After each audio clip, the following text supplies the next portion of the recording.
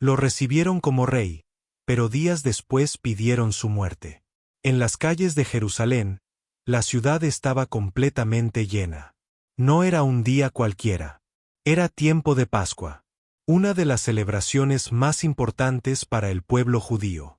Cada año, miles de peregrinos viajaban desde distintas regiones para recordar cómo Dios los había liberado de la esclavitud en Egipto.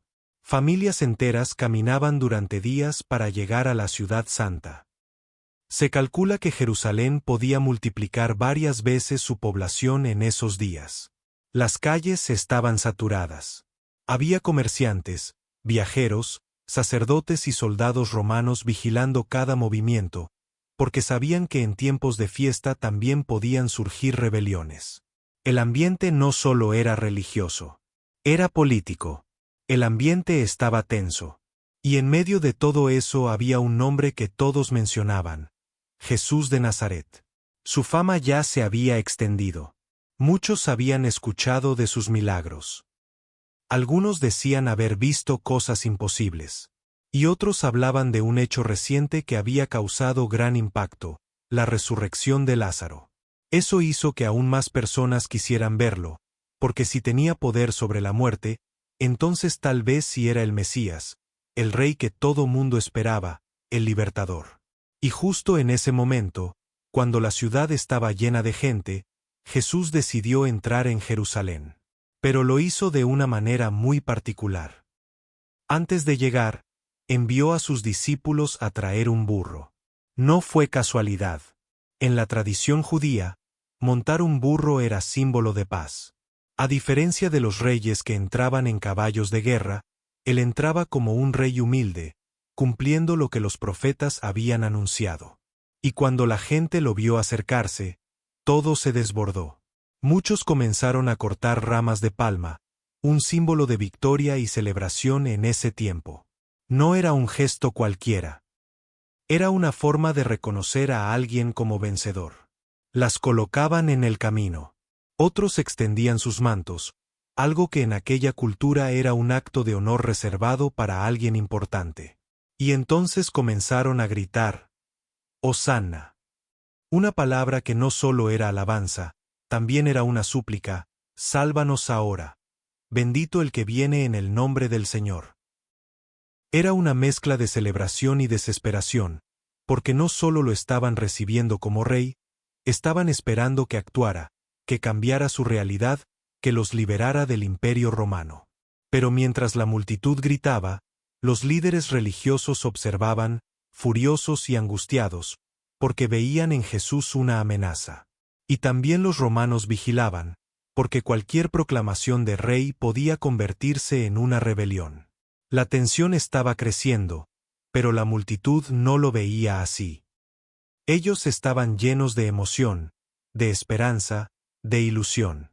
Pensaban que ese momento marcaría el inicio de un cambio político. Pero Jesús tenía otro plan. No vino a levantar una revolución contra Roma.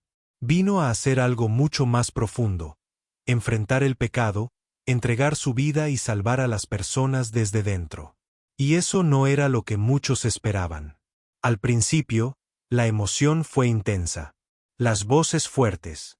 La fe parecía firme. Pero en los días siguientes, todo comenzó a cambiar. La crucifixión de Jesús no fue un hecho aislado ni un accidente de la historia. Fue un evento complejo, marcado por conflictos religiosos. Por un lado, los líderes religiosos de la época veían en Jesús una amenaza. Sus enseñanzas, su forma de hablar y la autoridad con la que se dirigía a la gente ponían en duda todo lo que ellos representaban, y no podían permitirlo. Por otro lado, estaba el poder romano, un gobierno que no toleraba disturbios ni movimientos que pudieran provocar una rebelión. Para ellos, Jesús no era un problema espiritual, sino un posible riesgo político. Y así, lo que comenzó como una tensión terminó en una sentencia, una decisión impulsada por intereses, por miedo y por presión. Pero hay algo aún más impactante: la multitud. La misma gente que días antes lo había recibido con alegría mientras entraba a la ciudad, en lo que hoy conocemos como el Domingo de Ramos, Esa misma multitud poco tiempo después pedía a gritos: «Crucifícalo». ¿Cómo es posible? ¿Cómo alguien puede pasar de aplaudir a rechazar en tan poco tiempo? La respuesta es incómoda. Las multitudes se mueven por emoción, por presión, por lo que otros dicen, no siempre por convicción. Muchos seguían a Jesús por lo que esperaban: milagros, respuestas, soluciones inmediatas. Pero cuando entendieron que Él no venía a cumplir sus expectativas, sino a transformar sus corazones, lo abandonaron, e incluso algunos se volvieron en contra. La presión creció. Los líderes insistieron. Y la multitud eligió. Y así, la historia tomó su rumbo. Jesús fue condenado, no solo por decisiones de poder, sino también por la voz de una multitud que cambió de opinión. Lo más impactante de esta historia es que no pasaron meses ni años. Pasaron días.